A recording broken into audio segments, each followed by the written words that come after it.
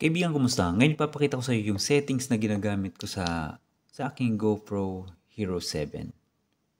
Okay, gawin natin, i-click natin to. Tapos dito makikita mo, dito sa resolution niya, ang nakalagay ko dito is 1080 by 100. Kasi yan yung ginagamit pag yung sa cellphone. Okay, tapos dito naman, nakalagay sa akin wide, pero depende naman sa'yo. Depende rin naman sa'yo, pwede naman na palitan mo yan. Dito makikita mo yung pagkakaiba ng super view. Medyo malayo siya. Yung wide. Tapos yung linear, yung pinakamalapit. Parang na-zoom na siya. Kayo na lang bahala kung alin dyan pipiliin nyo. Pero maganda pag nagmo-motovlog, pag nasa daan yung wide, o kaya yung super view. Kahit pa paano malawak yung view. Okay.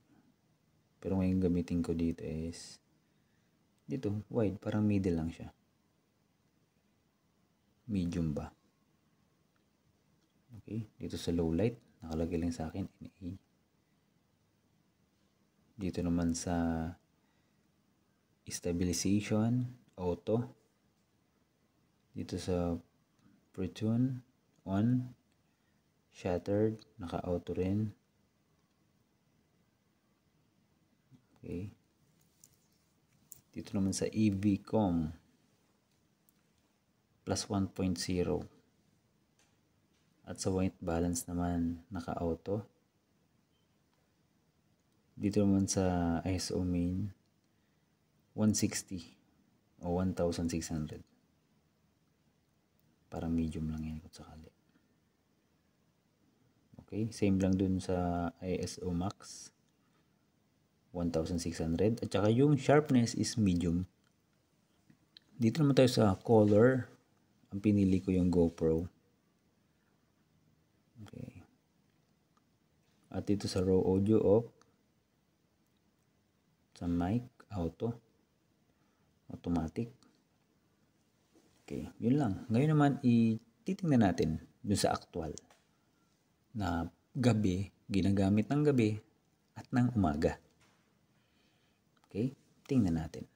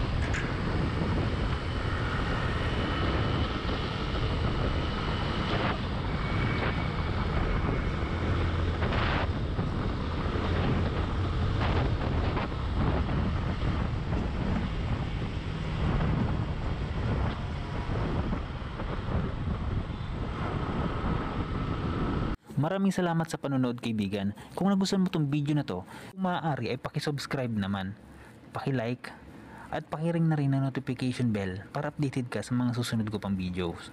Maraming salamat, kaibigan.